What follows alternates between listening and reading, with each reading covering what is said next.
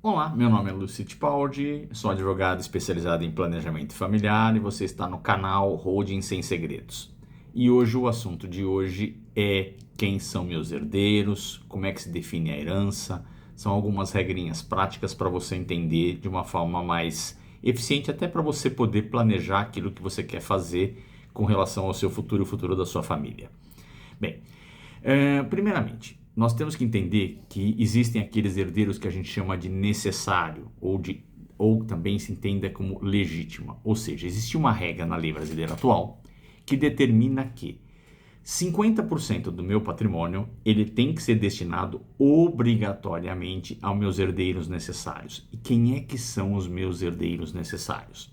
Bem, os meus herdeiros necessários, no primeiro momento, são o que? Os meus descendentes. Quem são meus descendentes? São os meus filhos, os meus netos, meus bisnetos e assim por diante.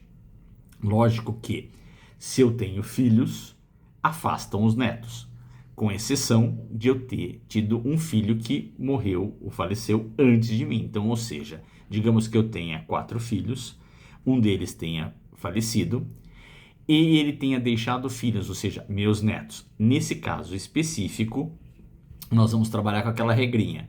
Eu tenho meu patrimônio, eu tenho 3 filhos só, e um filho falecido, ou o que a gente chama de pré-morto. Esse filho, no caso, os filhos dele, ou seja, meus netos, vão herdar em concorrência com os tios.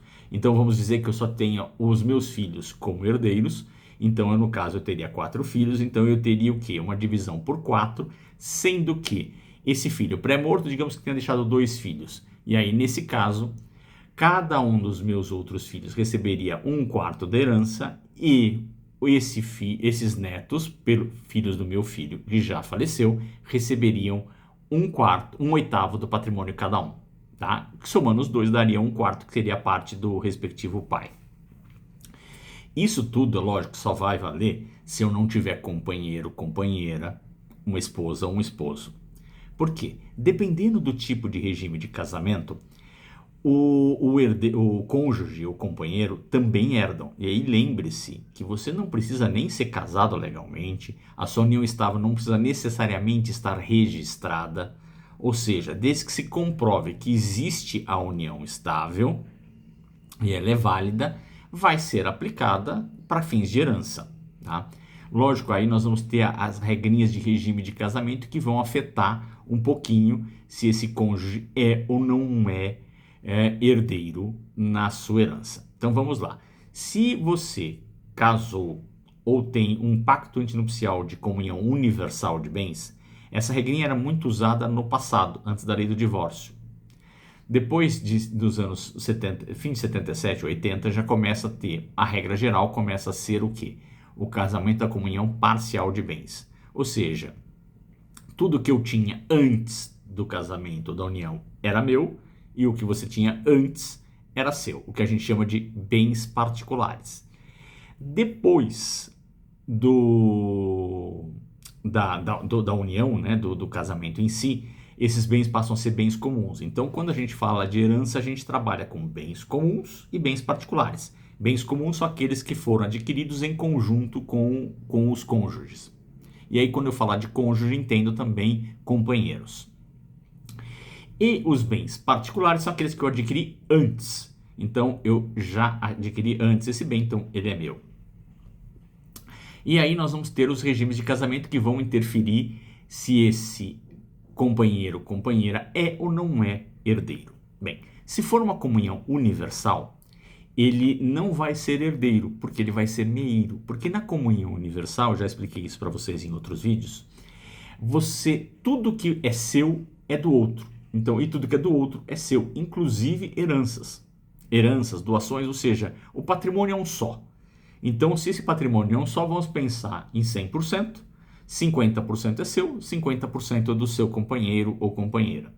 E nesse sentido, no caso de tanto do sistema de holding ou não, o sistema de um inventário, você vai ter o quê? Que quem vão ser meus herdeiros? Os meus filhos vão herdar 50%, para cima e para baixo, e esse meu companheiro vai ter o quê? Não herdando, ele vai ser meio desses outros 50%. Outra questão que é bem interessante é o quê? No caso da comunhão parcial, é um pouco diferente a regra. Lembra que eu falei dos bens particulares e dos bens particulares e dos bens comuns? Os bens comuns, o seu cônjuge, ele é meiro, porque você, digamos, comprou uma casa junto com a sua esposa. Então, metade da casa é dela, metade é sua. Então, ela não vai herdar essa metade. A outra metade é que vai ser fruto de herança apenas para os seus herdeiros. Já no caso daqueles bens que a gente chama de bens particulares, é um pouco diferente, porque os bens particulares, eles são aqueles que vieram antes. E aí, no caso da comunhão parcial, ela vai herdar.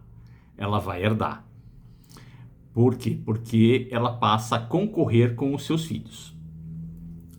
No caso da separação de bens, o que as pessoas confundem bastante, e aí a separação de bens vale tanto aquela que você define, digamos, aos 20, 30 anos, como aquela que é imposta a partir dos 70 anos.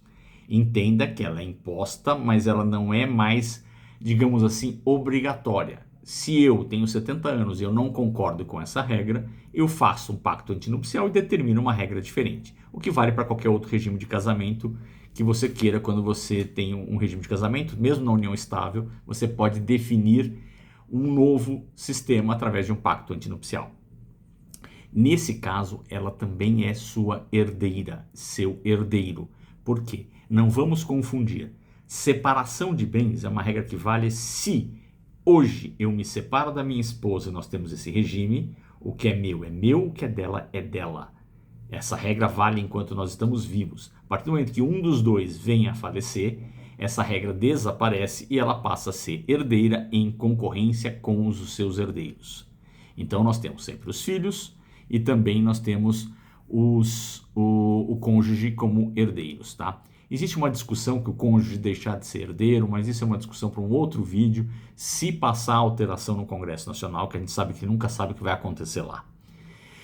Não tenho herdeiros, nem filhos, nem esposa, nem companheira, não tenho nada. Eu vou fazer o quê? Eu vou subir, ou seja, eu vou para os meus ascendentes. Então eu vou em busca de um pai, de uma mãe, se não tiver eu vou em busca dos meus avós, e assim por diante, até que realmente eu não encontre ninguém. Não tenho também, então, não tenho descendentes, não tenho companheiro, não tenho ascendentes, o que vai ter?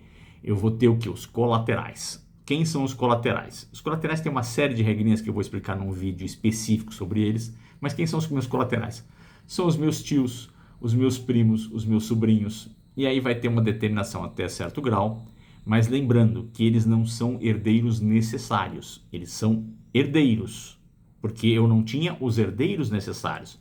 Portanto, se eu fizer, digamos, um testamento ou estabelecer regras de uma holding, eu não vou ter que obrigatoriamente deixar nada para nenhum deles, porque eles não são herdeiros necessários. Vale lembrar o seguinte, que dentro da regra dos herdeiros, aqueles que são da legítima, ou seja, aqueles herdeiros necessários, eu não posso deixá-los de fora, seja da minha herança, seja do meu planejamento através de holding. Agora, se eu não tenho herdeiros necessários, eu deixo para quem eu quiser, desde que eu estabeleça previamente, porque senão vai seguir a regra da lei. Mas isso são todos papos para outros assuntos, para outros vídeos, e nós nos vemos no próximo.